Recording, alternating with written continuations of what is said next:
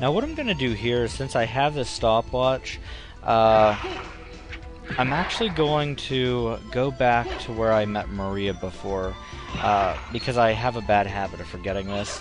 What I'm going to do is I'm going to go back to where I met Maria, and I'm going to open up an area that's accessible only with the stopwatch.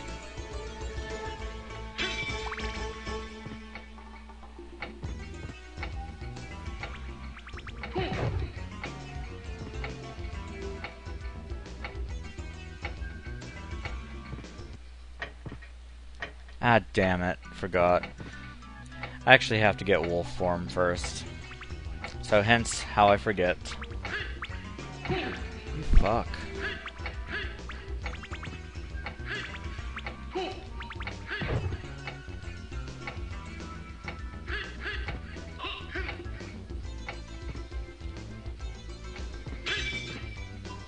So yeah, I'll just go get wolf form real quick, and then we'll head back here. Because I'm going up the left way as well, but I need to open up the right passage with this stopwatch.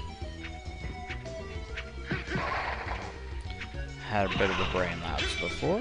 There we go.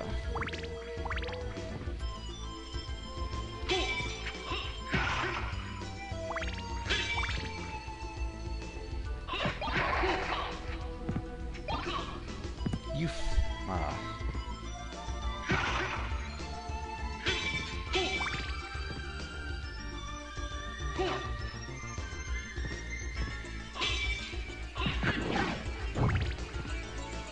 Now you can go up to the right, but we don't have what we need to actually get in there yet, so just gonna kind of continue down this way.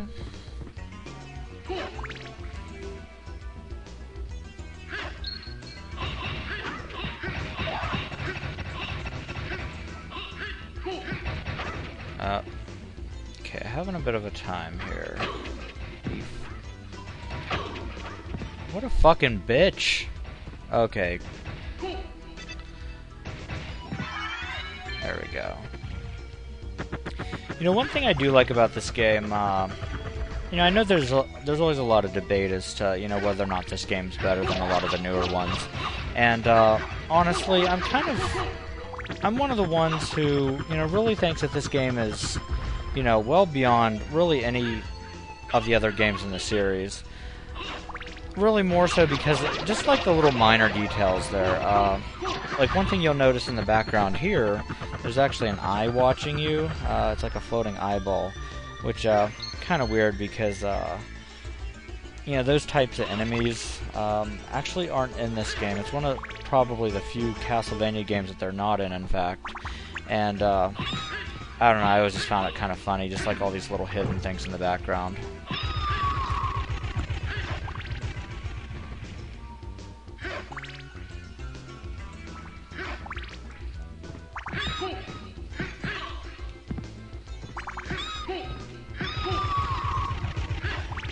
And yeah, as you can see, against some enemies I have a little bit of difficulty. It's more so because of the limited range that I have with these, with the fist.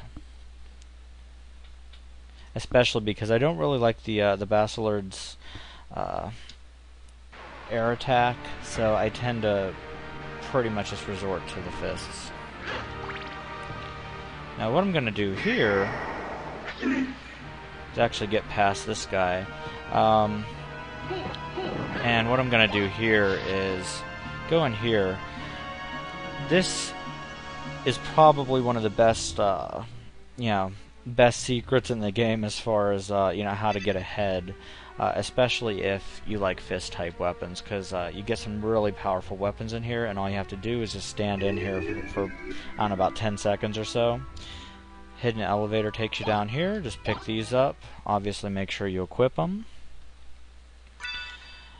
Now these weapons here, well these items here rather, you've got the jewel knuckles, which are actually some pretty strong fist type weapons for, you know, this point in the game. And then I don't really want a shield or anything like that. or anything in this hand to begin with. So, sunglasses, I believe those are the sunglasses anyway, I'm not really sure, I don't use them. But in either case, here's the armor I just picked up. It's actually called the Mirror Cuirass or something along those lines.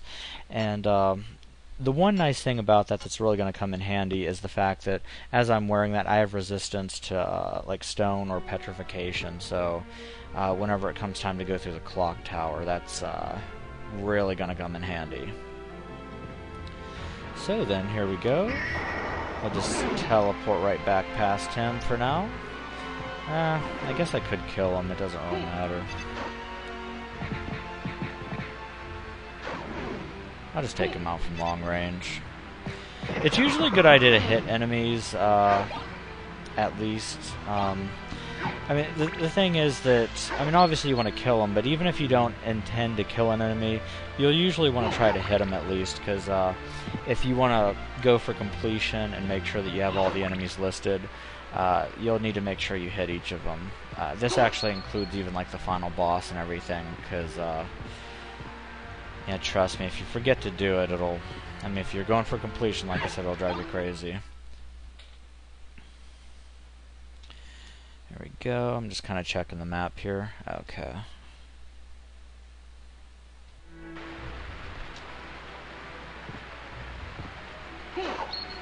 Now, one interesting thing about the